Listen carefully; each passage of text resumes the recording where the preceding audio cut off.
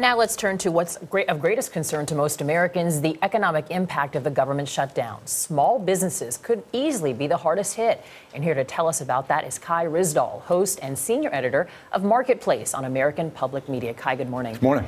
I think most people aren't really feeling the pinch yet on Main Street. We see parks closed, we see other things closed, but small businesses right now are taking huge hits in terms of grants, in terms of loans. What else? How does this affect them? So there are three ways to slice this, right? One is the government workers who've been furloughed, paychecks are smaller. The other are consumers who are watching this going, what's going on in Washington? And then, as you said, the small businesses.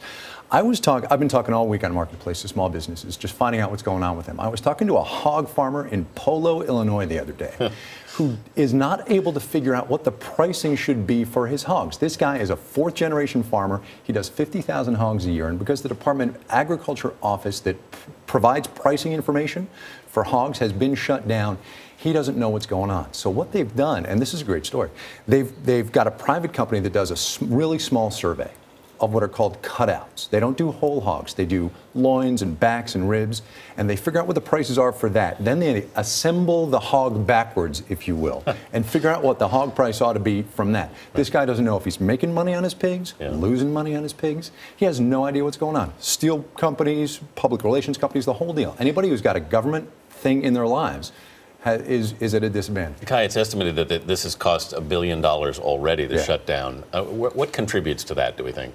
Well, it's, as I said, it's people just not pulling out their wallets, right? I mean, if you don't know what the government's going to be doing tomorrow, let alone in a week, you're much less likely to spend. You're much less likely to have confidence. And as we've talked about before, when I've been here and as we've talked about on Marketplace, it's uncertainty, right? Businesses don't like uncertainty. Consumers don't like uncertainty.